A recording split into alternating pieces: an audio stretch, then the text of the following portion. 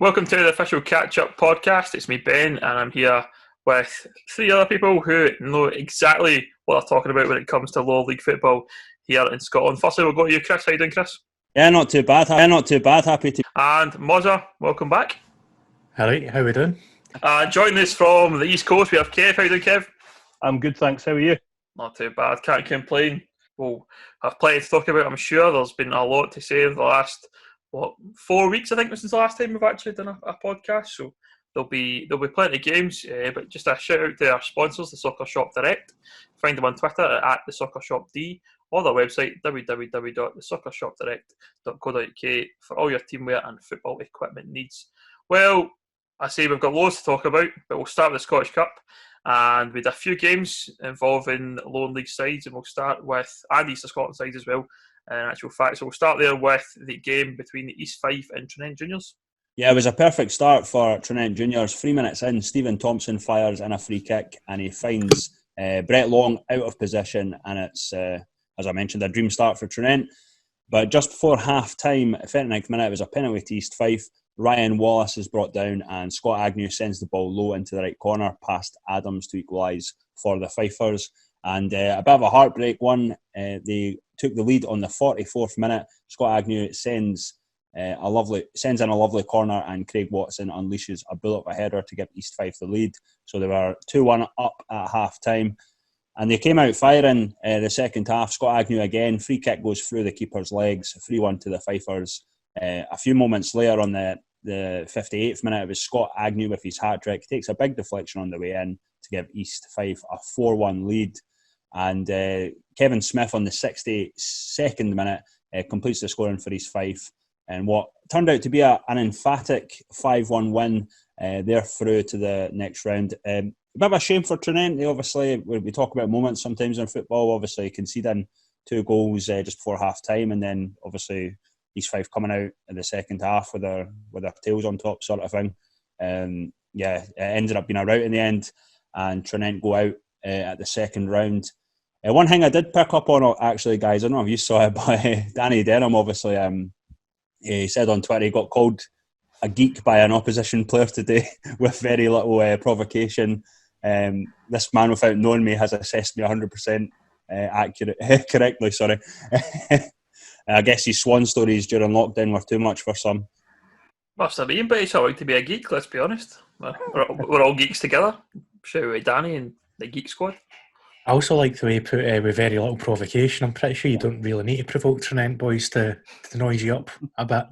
They like a wee bit of a chat, don't they? But I feel bad for them, to be fair, because I actually fancied they had an outside chance there. Going to Bayview, obviously we had good memories there last year, but their first goal was a belter as well. If you catch the highlights on the Scottish Cup Twitter, that basically it's a free kick, they shape up as if they're going to cross it and then just catch the keeper in no man's land. It's brilliant. But as Chris says, I think the 2 goals for half time was the killer, because they get in the break 1-0 up, you never know.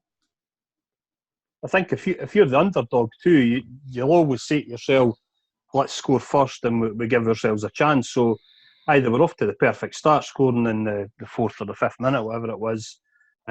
So it couldn't have went any better for them right for the off. But as you say, losing the 2 goals in quick succession, that's obviously knocked the stuffing out of them a wee bit. Yeah, and one thing we need to remind people, especially with we'll probably get into the Dundee Bonnyrigg Hearts in our game, but like they're way up the levels compared to where they are. You know what I mean? I mean, whereas East Fife are in League 2, so 2 levels up for Trinent. So it's one of those ones. If you're up against on paper a better side, you obviously have to keep focus for them moments in football. But yeah, we'll probably get into the East of Scotland a wee bit later, Kev. But Trinent obviously doing really well in the East of Scotland under Callum Elliott, so allows them to focus on the league, I guess, a wee bit more. The only thing for me is they've lost one of their, what I thought was one of their most eye-catching players. That's a guy called Bradley Barrett, who actually moved to Bonnyrigg. And if you watched the Dundee versus Bonnyrigg game, you probably would have seen him last night. So I think that's a big loss to him, because any time I've watched Trinent in the last couple of seasons, he's been a bit of a stick-out for me. All right, next game we have is Forfar versus Unlithgow Rose, and it was a 4-1 victory for Forfar. The game went to extra time after a 1-1 in 90 minutes. Aye, and 4-1 doesn't tell the story, to be honest, because started off when Lithgow's took the lead in 11 minutes. Mackenzie and McCallum having their shots blocked before Kyle Wilson eventually, third time asking, turned home. Only in the lead for 3 minutes, Forfar pulled back through Murray McIntosh after a great move led to a Bobby Barr cross, another name that will be familiar to anyone listening. And it kind of petered out that way. At half time, it was 1-1. Not much happened in the second half, other than there was a big chance for Linlithgow Rose with 10 minutes to go. McCallum managed to deny Owen Ronald when it's a 50-50 chance. At half the time he scores there and Rose get a big cup shock. But ultimately, it finished 1-1, and into extra time, the experience and a wee bit of the superior fitness told in the end for Forfar. 5 minutes into extra time, Martin Fotheringham head home from a deflected Scally cross. Another 5 minutes in, Jordan Allen did it all himself this time, slotted it into the corner. And just before the half-time mark in extra time, there was for Forfar, and rather helpfully their Twitter said, no idea what happened. So we don't really know what the story was, but Jordan Allen apparently was a man that stuck it in the back of the net. And that's how it ended. So it's one of those, Rose gave everything in the 90 and they just had nothing left in extra time, and Forfar took advantage and ultimately booked a ticket in the next round. Yeah, I've been giving Linlithgow Rose a wee bit of stick actually over the course of the season, because I think they've dropped points that they shouldn't have really in the east of Scotland, but it looks like they're kind of getting their form now. I think they're third in the east of Scotland, sort of catching up with Tranent and Jeanfield. So yeah, fair play. I think Kyle Wilson's a bit of an underrated signing for them actually. They do have a decent team, to be fair. One thing I did notice though, Derek, obviously at half-time it was Zorfer Athletic. It must be the cold fingers coming into play on Twitter there. But it's one of those ones where you probably look back and say that they can be proud to take Forfar to extra time. But yeah, when it comes down to part-time footballers and teams that are probably, a wee bit higher up in terms of the standing, it's always difficult when it comes down to fitness and all that sort. Moving on, the next game was involving Kilty Hearts against Stranraer. This game was moved to Starts Park because New Central Park, Kelty's ground, was unplayable, and it was looking good for Kelty. However, they did lose the match 3-2 in the end. And Kev, you were there. Tell us all about it. I was. Kelty started really well. Probably had the best of the first 20 minutes or so. Had a really good chance from a free kick. The keeper, to me, didn't do sell any favours. He managed just to get a hand to it and push it onto the post. I thought the keeper looked a wee bit dodgy, if I'm being honest. Kelty took the lead after, I think, about 25 minutes. Nathan Austin picking up the ball on the right-hand side, kind of turned his man, cut back and fired a left-foot shot. It was one of those, at the time, watching it live, I thought it was maybe a bit of a speculative effort that had gone in. Now that I've seen the highlights, it actually looks like a really good finish. Left peg, lobbed the keeper. The keeper almost looked as if he thought it was going over as well and left it, and it dropped in over his head. So that was 1-0 to Kelty after 25 minutes. 10 minutes later, they doubled the lead, broke up a counter, broke up an attack from for the back, and it was Callan Higginbotham played the ball forward to Austin. Austin wriggled in between two defenders. One of them brought him down for a penalty, and Higgy stuck away the penalty. So 2-0, and Kelty were looking pretty good. 2-0 at half time, but it was your classic game of two halves. Second half, it was a complete turnaround. Stranraer got an early goal. It was Tamor. Kelty kind of felt they backed off him a wee bit. There was a nice 1-2 on the edge of the box, and Orr stroked it home and off the bottom side of the post. The momentum completely swung towards Stranraer there. After that, Scott Robertson headed in a corner on about the hour mark to make it 2 each.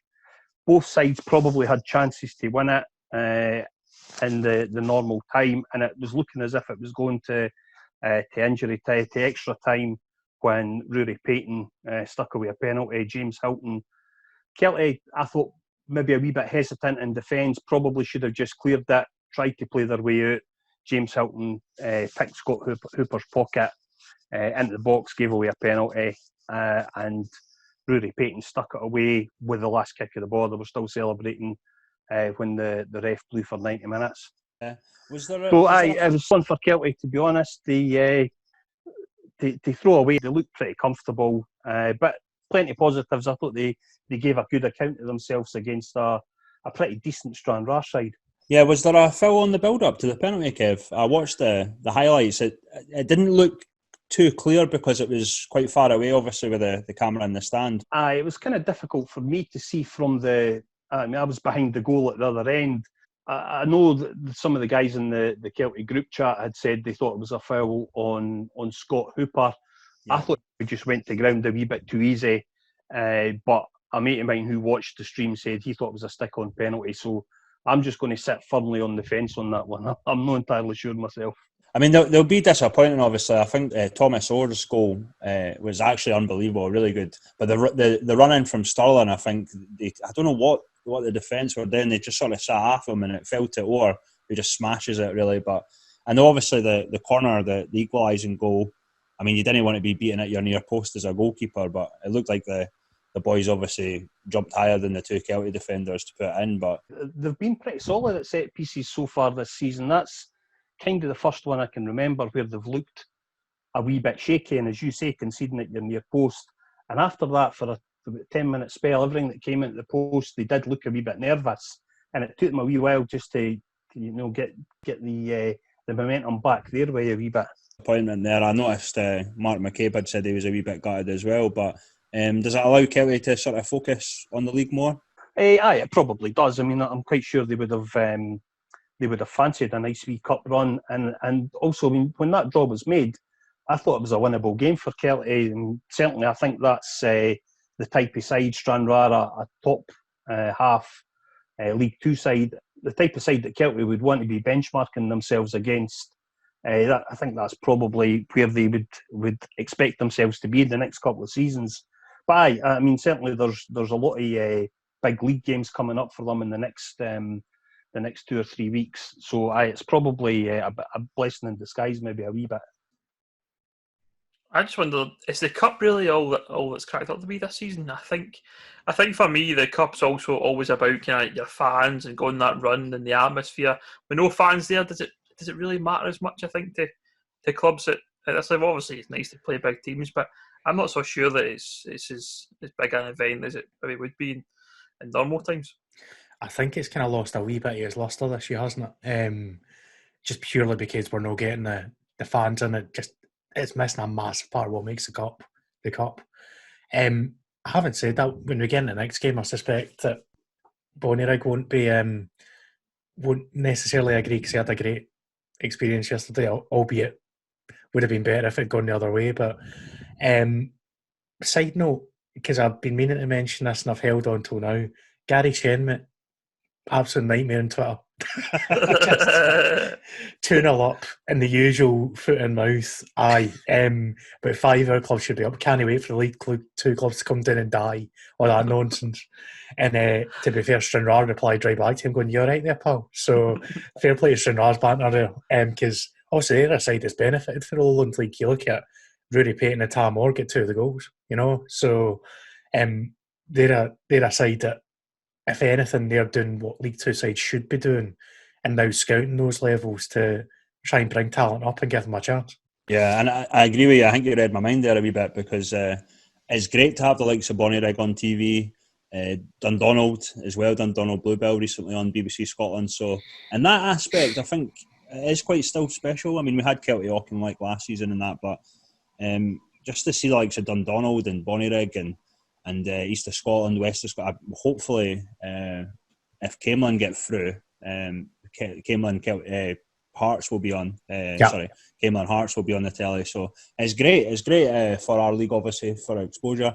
And I think it puts to bed a few criticisms of the old mentality of. I'm sure we'll get into it a wee bit later, but that these guys aren't actually that far away in terms of levels of League Two and Lowland League.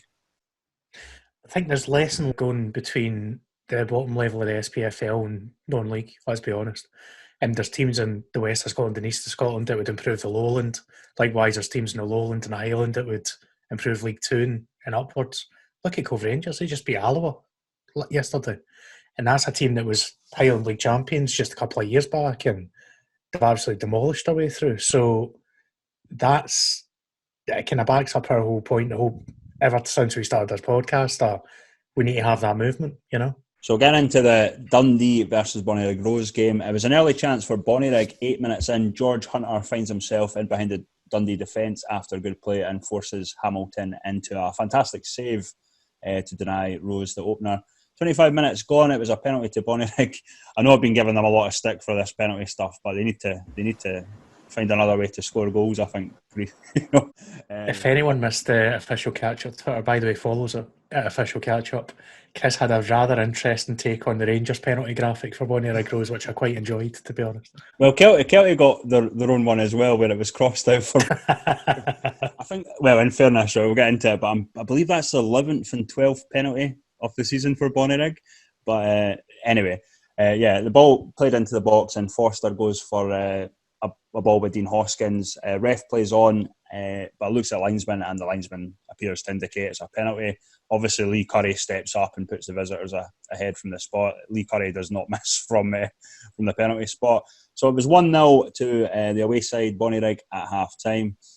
There wasn't really much in terms of the second half. Obviously, Dundee were sort of pressing for the equaliser, but I've said it on Twitter, but Mark Weir had an amazing game yesterday. Obviously, man of the match, really kept Dundee at bay. But sadly, it wasn't the fairy tale ending, because Dundee did get the equaliser quite controversially, I think. I think it was 90 minutes plus 3 or 4 minutes, and I was questioning why the ref gave 5 minutes of stoppage time. It seemed a bit excessive. I don't remember too many stoppages in play. But either way, Dundee got the equaliser. Corner is headed down, and Ofalabi, I think that's his name, turns it home at the back post for the equaliser. So it goes into extra time. And again, as we previously alluded to, extra time, 105th minute in extra time, Marshall filled in the box, and Lee Curry again scores from the spot, but the lead didn't last too long. Straight after half-time and extra time, it was 2-2. Charlie Adam corner headed home by Ashcroft. Obviously, equaliser for Dundee there, and Dundee took the lead on the 111th minute, 3-2. Mullen cuts inside when the shot is saved. It falls to So, who turns home to give Dundee the win. 3-2 Dundee. An absolute brilliant effort from Bonnyrigg Rose. One thing that people that don't watch Bonnyrigg Rose probably don't realise is the fact that they just played their own game. The structure was pretty similar, not a lot of space between the sort of midfield and defence. Obviously, counter-attacking as soon as they're on the ball. They probably would have liked a wee bit more possession compared to Lowland League games, but yeah, I think Bonnyrigg played their game. I think they played it really well. Very, very unlucky. As I said, I think Mark Weir, I think I had him in my team of the season. I got a few pelters for that. I think that the knock-on mark is that he's really good in the air, like what we saw, but he's probably not great at getting in down low. I think we saw that in the sort of the winning goal for Dundee, but yeah, full credit to Bonnyrigg. I was really hoping that they could sort of pull something off there, but Robbie Horn obviously on Twitter today, disappointed, yes, nothing compared to how proud I am of the fantastic group of players though. Incredible effort, everything a manager could want from his squad and more. I guess there's a couple more points to this, guys. Obviously I noticed Kieran Magaki was compared to or looked like Lewis Capaldi. I don't know if you guys saw that. Yeah, I retweeted that one. It was uncanny actually when you actually looked at it, apart from obviously the blonde hair, but facially there was a lot of Lewis Capaldi going on for sure. But is it not Lewis Capaldi actually looks like Kieran Magaki to be fair? Potentially. Have they ever been seen together? That is a question. Yeah, that's just Lewis Capaldi's alter ego. He's a forward. He's a forward in the Lowland League of Scottish football, but going by the name of Kieran McGarkey. The only other thing was obviously there was sadly racist comments directed at Ofolabi, which has been highlighted by Dundee, and I think Ben McNichol, obviously as well. But I think we've talked about racism maybe on a couple of occasions on this podcast, but I always find racism quite a hard topic to talk about, simply because I've probably never been a victim of racism. But obviously there's guys like Nathan Austin at Kelty who's had, he's been quite forward with his stories, obviously previously, what he's had to endure when he was younger. And obviously there was that instance against Auckland like Talbot, Kev, that you'll remember. But yeah, it's unacceptable. I know it's probably just a wee idiot, but it's not acceptable to be sending players personal abuse like that, or any type of racist or any type of abuse like that. It's not what we're for, and we'll obviously always speak out against it. And that's why I try to bring it up, because if we ignored it just because it is one wee idiot, that misses the point entirely, because then it becomes 2 or 5 or 10 wee idiots, you know. It's completely unacceptable, and anyone that's found doing it should be banned from football for life, in my opinion. I don't care if you're a kid that should know better. Well, you should know better than to do it, you know. There's no excuse. And as far as I'm concerned, I couldn't care about maturity or age. It's a basic thing. You know racism's wrong, full stop. So it's just, we could have an hours long conversation about social media and the way that empowers folk to do stuff they wouldn't do in public, but we'll leave that for another day. It's so frustrating that we just can't move on for these problems that should have been left decades in the past. Yeah, I've said it a couple of times to you guys through DMs, but there's probably a few people that I've never had took a punch to the face, you know. So I think the other thing as well is about racism is that just now within football, everyone within football is standing together to show that their support for stamping out the game and society. And I don't understand. You watch the game, every game you see, and no matter what league it is, pretty much every player takes a knee, and people who are watching the game must see that happen and think to themselves, "That's why they're doing it. Let's not do that." But people, as I say, it's just idiots at the end of the day who should know better. But hopefully one day it will be eradicated and never be an issue ever again. But I think that'll take a while. Unfortunately, it's not just a football problem, though. It's a society problem, and I think a lot of the stuff that's gone on in the last year, hopefully it's sunk in with a few people, but it's there's some people I think you'll probably never change their point of view with. Okay, so this is obviously our first podcast of 2021, so I think we'll just take a look around the different leagues within the Lowland League, the East of Scotland, the West and the South, and just kind of get a flavour of what's been going on and who's doing well, what's been kind of what's excited us, shall we say. So let's start in the Lowland League. Currently got Kelty at top of the table and Fairleithen sitting bottom. Mozza, you're the man in the Lowland League, and Chris also at Spartans. Give us a flavour of what's been going on. Well, it's kind of what in large part that Kelty and East Kilbride are the two sides that seem to be leading the charge. You've got a few other sides that are keeping pace, like a BSC, Bonnyrigg. I feel like Shire are just clinging on now in that title race. That any more kind of losses for them, and they could well lose the top four. But I think the two sides below that, Unia Stirling and Gallifrey, have been the good news stories this year. That you've got to include Bo'ness as well, because they've got 101 games in hand they've got to play. That they might as well jump back up. But especially Gala. I think Gala's been my team of the season so far, purely in terms of what we were expecting of them and what they've produced, because they've been really, really impressive. They play really well. They're stout as hell in defence, and they're good to watch. It's just a shame they can't get fans in, because they're probably having their best season in years and years when you consider where they are in the pyramid. And having been down to Netherdale and seen them in the flesh beating us, I was very, very impressed with them. Guess the other side of the table I should kind of point out, Fairleithen obviously have had things really tough. It's not looking great for them, let's be honest, but they'll keep fighting. we said earlier on about Dalbeattie, Vale, Leith and Cadiz that pulled it, they didn't. So we will have relegation, assuming the season finishes. And they're fronting up, they're facing it head on. Dalbeattie and Edinburgh Uni aren't safe. Neither are Gretna, but I think Dalbeattie and Edinburgh Uni are probably most likely to occupy 15th and 16th. And our understanding from the powers that be is that the Lowland will return to 16 teams if at all possible next season, meaning that there's likely 2 relegation spots at minimum, possibly 3, but it would only be 3 if the Highland League side beat a Lowland side in the League 2 playoff. So, say Brora beat Albion Rovers as an example. But you're going to get at least 2 going down because one to get down to 16, and 99% sure the East of Scotland will be won by a licensed team as well. So there will be at least one eligible side for promotion from down below. Albion Rovers getting beaten in a playoff. You'd love to see it, let's be honest. Although, having said that, I think Brechin's probably still my pick for the most likely side, and they definitely are my Lowland. It has now been confirmed after all those shenanigans last year that they would go Highland. The line has been drawn. And the line has absolutely been cemented.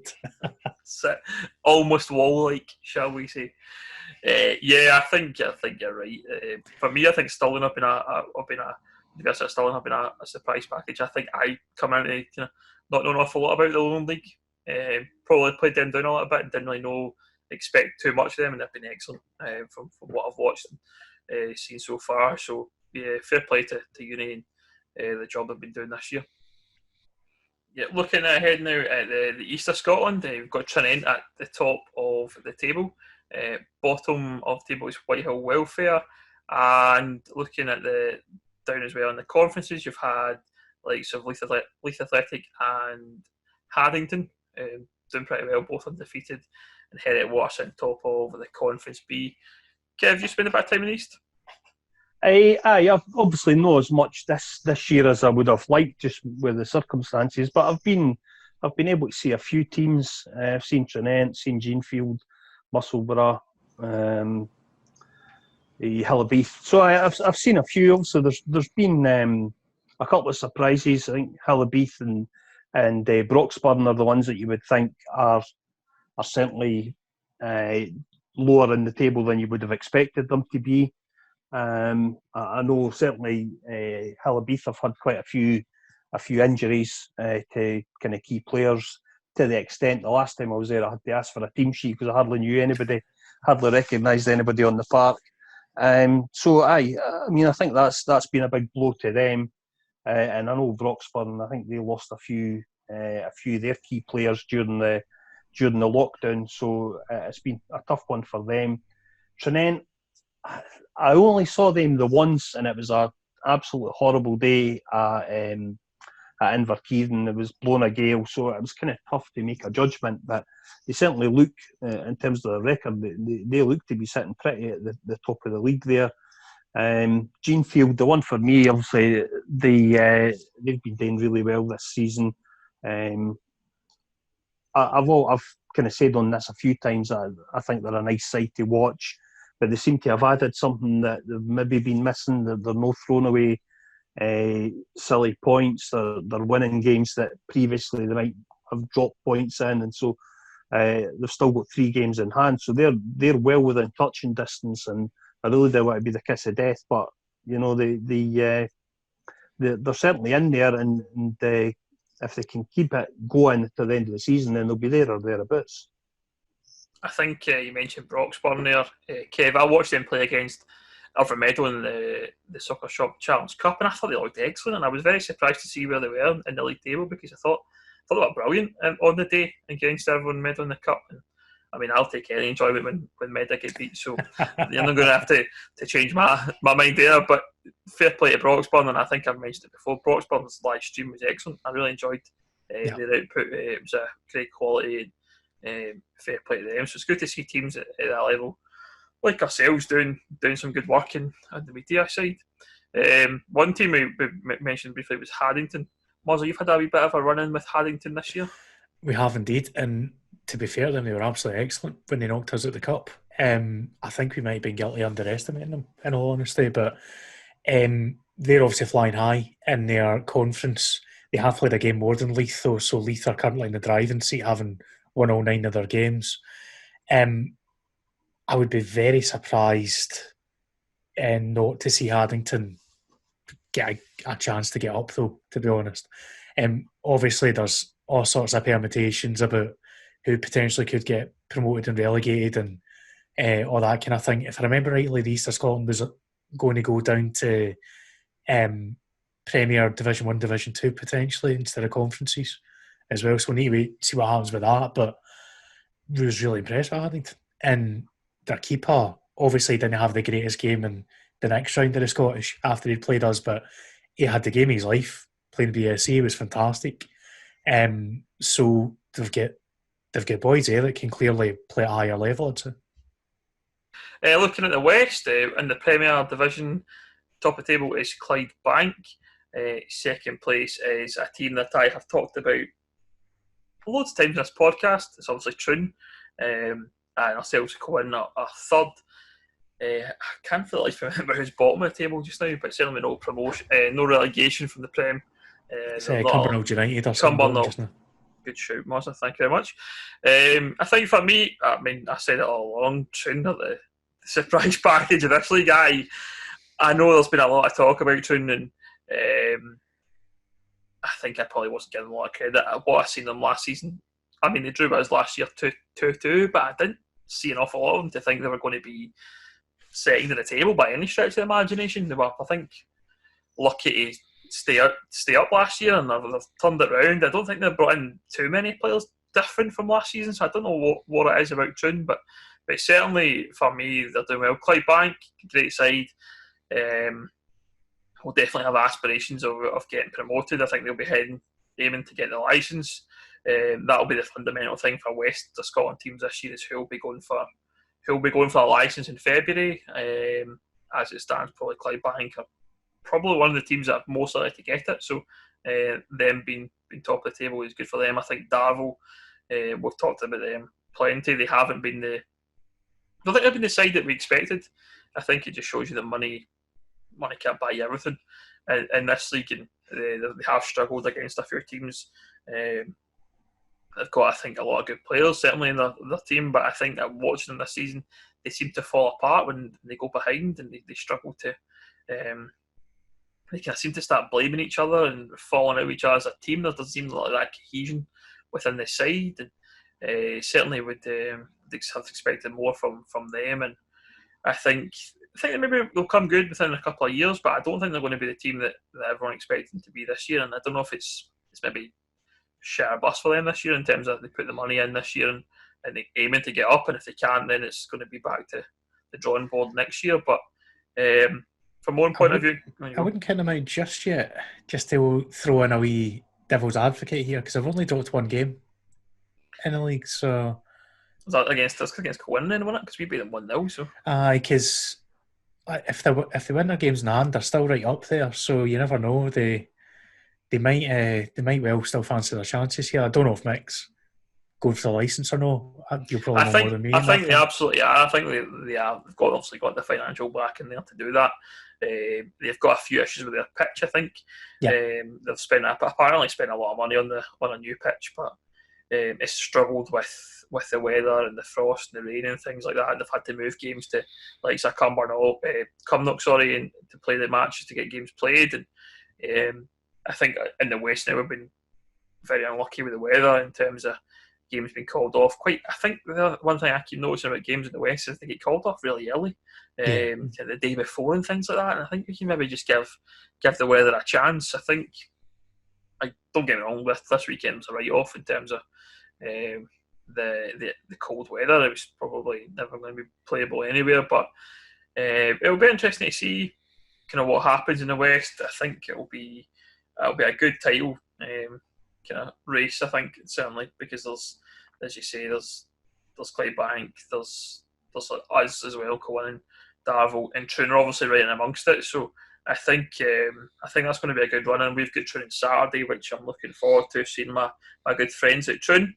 I know I've got a lot of friends down there in the shape of like Ryan Stevenson and things like that. So looking forward to seeing Ryan in the flesh. I don't think he'll actually know who I am, but I'm not going to tell him. So, but certainly good to see Toon doing well. Just looking down kind of towards the conferences. I think the conferences one. I think I'd be a bit disappointed if I was a conference team this year with no promotion relegation. And I think we've talked about not going back too much into COVID, but Maple being a team who have kind of said they don't want to play. What are you really playing for at this point? There's probably not a lot. A title, and a league title, I guess. And Bank sitting top, Nielsen in the Conference A, Nielsen are sitting top of Conference B, and Kilsyth Rangers are sitting top of Conference C. Some good teams there, and amongst there, and Bank doing well. I think they've been quite fortunate by getting a couple of players on loan from the West, and they've probably strengthened that team quite well in that respect. But the West is going to be interesting certainly this year, and then going forward, I'm looking forward to what will happen the following season, to be honest. Nielsen are absolutely flying, aren't they? They won every single league game. Yeah, just looking at it. They're a club with pretty decent support as well, potentially, aren't they? Yeah, well, I think that the Nielsen as well have that kind of rivalry with like Atherley, which Nielsen and Barrett. So I think they a lot of the kind of locals pull on that because there's that rivalry. I think they've probably maybe been quite lucky as well.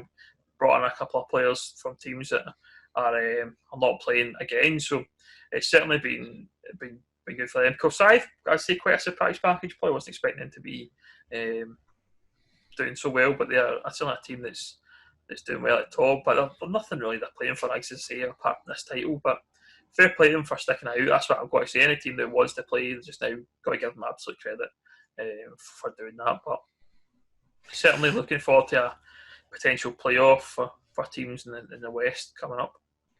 I mean, the only other thing I'd maybe add in is it's good to see Bonington making a fist of it in the Premier, because there were a lot of dismissive voices of them over the summer, kind of going up towards October, that they've just moved over the South. Why are they a Premier team? And they're down at the bottom end of the table, but they're no bottom. They're making a decent fist of it. They're no getting disgraced by any means. They've got a couple of wins on the board, so it's good to see them doing all right as well. I think you're absolutely right. They've got a decent squad there. Probably the one thing I'm going against Bonington is the youth in the side. They don't have a lot of experienced guys in the team, but certainly would expect them to be thereabouts in terms of staying up. If there was relegation, I think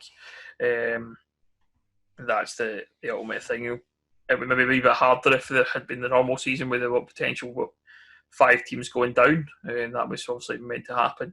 They maybe would struggle a bit more, but certainly there's a few more teams that you would expect maybe being at the top would have really been struggling at this point in time. But it'll be an interesting run for sure, and I think as a league we're looking forward to next year. I think that's the main thing is getting everyone back in, getting your Talbot, getting your Pollock, getting Kilburney, Cumnock and Glenafton all back into that league and really going for it and having something meaningful to play for. I think the other thing is that most teams will have their chances to get their licence by that point as well. So I think the licence personally will come round probably too quick for a lot of teams, given the work that you need to do to get the licence. And for February, I think it is, you've got to do it. So I think that's the ultimate concern is that you're playing against time really to try and get the licence in place. But certainly there'll be teams that we're going for it this year, and I think Clydebank's certainly one of those. So all the best if they do.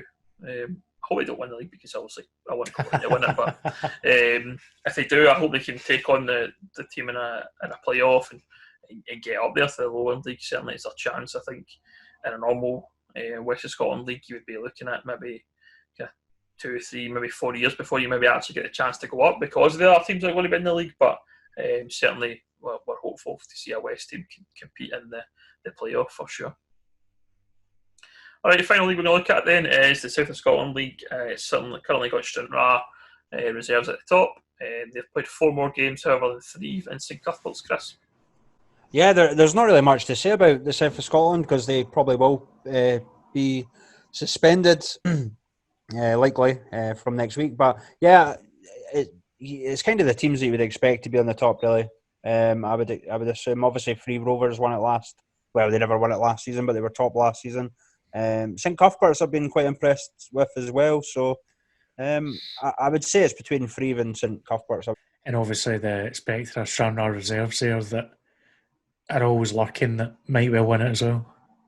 That's it. I think I guess the other thing is will be whether or not the South of Scotland actually continue. That'll be something that'll be a major concern for that league as well. So we'll watch our space and just see what happens. And if they do play, I think Stranraer Reserve's probably going to be the team to do it. Again, obviously they can't be promoted because of the way the reserve thing kind of colt situation works. So. I mean, Threave and St Cuthbert's both have their licence, so if one of the two of them win it, then the playoff gets a wee bit more interesting, I'd say. Well, so that's what you want, isn't it? You want a few teams that can actually play in the playoff and get that wee bit of a kind of cup final atmosphere. Will we have fans by a playoff? Probably not. I'm not sure. We might. I think something miraculous has to happen though before that, because it's May, isn't it, usually for the playoff? So you're going to be looking at that. Probably something crazy quick happening with vaccines and things like that, but we can always only hope, I guess, on that front. That's probably the fun. Could have the weird prospect only over 50s allowed in the crowd. Imagine. I mean that probably suits some of the fan base at our level, certainly. So maybe. What do you do? Just sell like £40 tickets for hospitality and just go mental? That's a view of Ben Grant and Ben Grant alone. That's not a view of any other club or podcast. So I'll just say, employee of Co-Winning Rangers. It was just a sarcastic joke for anyone out there who wants to create headlines. It wasn't a view of anyone else, shall we say. But one other topic we were going to pick up on quickly was the resurfacing of the colt teams coming into League Two for the Old Firm. This one I think has been done to death in it, really. Let's be honest. It's back around again. Is this the teams at League Two trying to save face, I think, with a potential relegation? Probably, but any view, Derek? Yeah, I'm getting the old writing quill out again about it because I've had enough, basically. Look, everyone knows our views on cold teams. If you've listened to this podcast long enough, that like most normal Scottish football fans, get them to is generally the opinion we've got. However, it now feels that they're going to come regardless of what we think. The fact that the Old Firm continue to bring it up every 6 months tells me they're going to get their way eventually, knowing the way the SFA work. So I think we need to probably change that debate now to it's going to be inevitable. What do we want in return? And what do we make sure we get in return? And I think that's going to take a wee bit of persuading people to think that way, but when we do, our level of football will be the better for it. Yeah, one thing we've learned this over the course of the last few years doing this podcast, a lot of politics involved in football. And I'm actually, I would say I'm changing my mind on the subject because the plan, obviously heavy investment from Rangers and Celtic into League Two. The Lowland League would get 2 teams up and the Highland League would get 2 teams up for 16. I always think a 16-team league's better than a 10-team league in any regard if it's Colts or whoever. But no, I'm actually turning around on the plan, and obviously it doesn't hurt anyone to be in with the Old Firm, I guess, in Scottish football. So if it's kind of a case of you scratch my back, I'll scratch yours sort of thing. But I'm for it at the moment, but we'll see how it develops. If we can get maybe more than one promotion place and the pyramid opens up, yeah, I'm all for it. I think that's absolutely the way to go. I mean, if they're going to come, as I say, we feel like it's probably inevitable at this point. But yeah, we need to get something back in return ultimately and get those promotion relegation sorted out and give these teams a chance to get up and through the league. So yeah, I mean, bring it on. I don't see massive benefit really bringing in the Old Firm teams as Colts because they're probably still going to buy players at that level and maybe even pick up players from the teams around about that are going to maybe bolster the squad and give the kind of younger guys who maybe who would normally play reserve maybe come into a team that they can play alongside some more experienced heads within the squad. So you might see some of these people turning up and playing going forward. But I think the Old Firm Colts are coming, put it that way. we can either choose to sit on the sidelines and moan about it, especially when they come in with no difference, or we can try and get something out of it that's good for the game as a whole. Automatic promotion of Chris's, I think, would be worth it. In League Two sides seem to be on board because they're getting promised financial bailouts because basically they're guaranteed like 500 ticket sales whenever they play either Colt side. I think the main sticking point for what I've heard so far is whether they'd be allowed to play senior players in the Colts to get match fitness. Because let's be honest, you don't want to be, well, let's pick a team at random, Queen's Park, and have Alfredo Morelos turn up Rangers Colts to get match fitness. So I think when they get over that hump, it's probably going to happen. But I'm happy to see George mentioned as somebody that's engaging on it, because I think it has to happen to get our voice in there, not just the SPFL voices. One thing that people probably won't consider, because it's Rangers and Celtic, but it's good for developing young players as well. Not just for them clubs, but if they've got a few of the Scottish boys in there, it can't hurt. I mean, the only other issue is maybe the Rangers and Celtic won't be loaning out players to other teams or whatever, but they're still getting the same education if they're playing in League Two for the Colts team that they would be for like a Cown Beef, for example. But it's an interesting one. But I'm for it at the moment. But we'll see how it goes. Oh, well, that rounds us up then. Thanks everyone again for listening, and we'll catch you all soon.